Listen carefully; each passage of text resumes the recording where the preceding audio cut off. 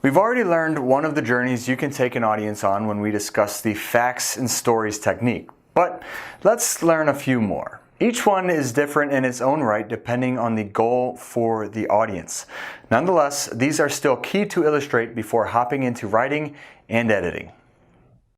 The explanation starts at a low point. That low point, our current state. Maybe there's a problem with the current structure and you have a way out. You describe the current situation before mapping out the undertaking ahead.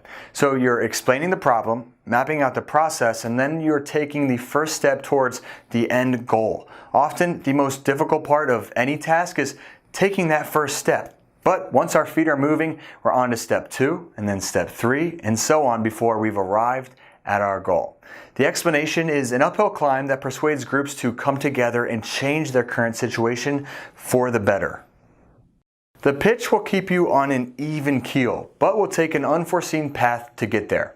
Most often, this is used when an obstacle lies ahead. What challenges do you or your company face in the next month or maybe the next year? With the pitch, you start with the current situation labeled the wind-up before introducing that obstacle. Immediately after, give your audience a glimpse of your vision and how you believe the company or idea can succeed.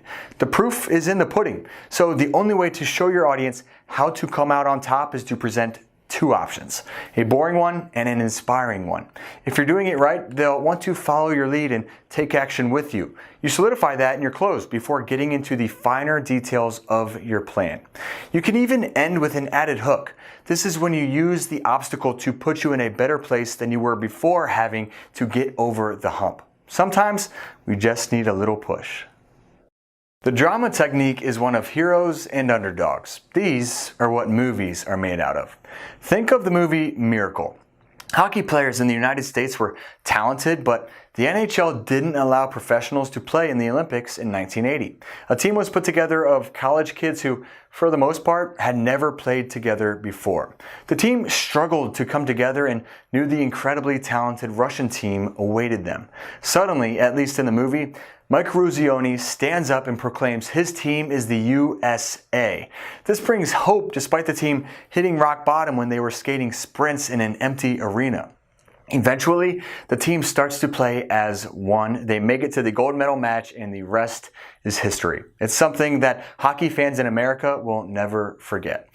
Think of any sports movie with this technique. Rudy, Remember the Titans, Rocky 1, Rocky 2, Rocky 3. I think you get it. It's the same for superhero movies. Life is good before a crisis leads to rock bottom, but the subject fights and claws their way out, finding themselves better off than they were before. After all, what doesn't kill you can only make you stronger. Situation, complication, resolution is just as it sounds. You start by explaining the situation at hand, as you do with most of these techniques. Make sure you remain unbiased in this portion of the presentation. Unfortunately, there's a problem. That's where the but comes into play. A challenge is at hand and needs to be resolved. Use data to back this up and don't be afraid to get detailed in order to add tension to the story. After the challenge comes the rise of therefore. This is when you propose a solution to the complication. Again, research is critical to sell your audience on believing this is the best way to solve the issue. A similar structure that uses the same two connecting terms of but and therefore is situation opportunity resolution. Again, start with the unbiased explanation of the current situation. However, with this technique, you have an opportunity rather than a problem. Dive into that opportunity and explain the benefits that it could provide. Why should your audience take the leap rather than ride out the current state? That's your job to convince them. And once again, the resolution at the end awaits. Your audience should be better off after taking the opportunity you explained in your presentation.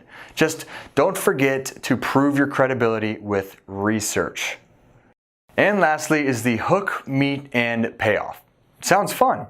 With this technique, you do not begin with the current situation. Rather, you start by luring your audience in with a provocative question or statement, something that will have your audience yearning for more.